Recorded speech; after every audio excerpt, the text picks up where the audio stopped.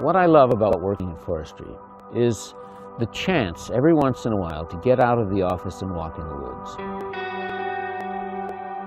To see the forests growing, to see that we're actually doing some good is a very rewarding thing, a very satisfying thing. But Iceland is certainly among the worst examples in the world of deforestation.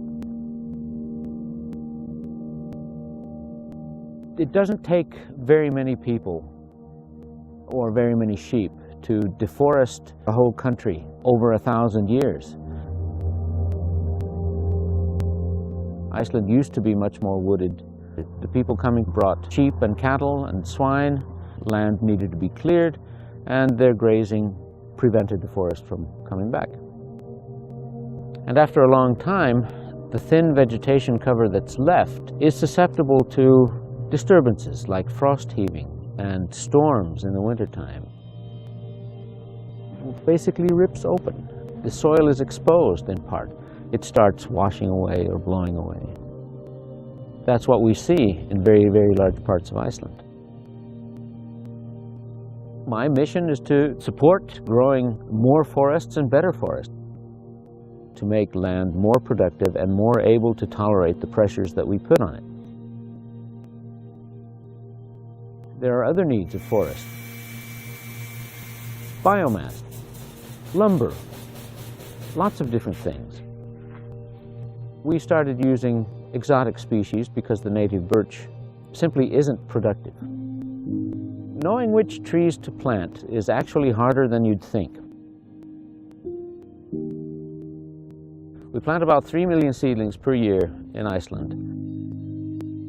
Most people have simply, until now, you use what you have. Here in Iceland, it's the native birch. Plant them, and you expect that they grow. And then the climate changes. The winters have become milder. Many of the trees that we planted in the 1950s, especially Siberian larch, are literally dying after several decades of being reasonably good. Sitting there dead in the landscape, and it's difficult to find the money to do something else with the land, becomes a problem.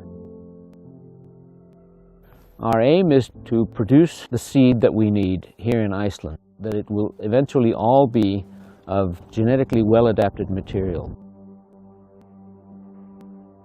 The genetics of forest trees are important. How much heat they need in the summer to grow, how tolerant they are to drought, when they know to stop growing in the autumn. These are all things that are genetically determined in the trees. And through the years, we've found the species that we can use, and now we're selecting individuals that are best adapted, bringing them together in a seed orchard and using their offspring in afforestation. The seedlings are produced in modern tree nurseries with greenhouses. They're all containerized seedlings, which are very easy to plant. And we produce all of them here in Iceland.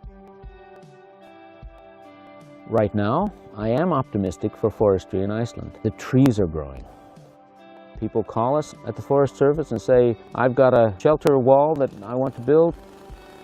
I need some cladding for my summer cabin, or I want to build a pagan church. Can you help us?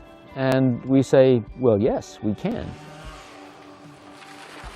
We're producing wood now. We're producing boards and planks. We have the trees in the woods, and we can cut them down. The forests are growing better than anybody ever thought. People will more and more look at them and say, hey, this is something that's worth having. This is not something that was obvious to Icelanders only a few decades ago. That's a great cause for optimism.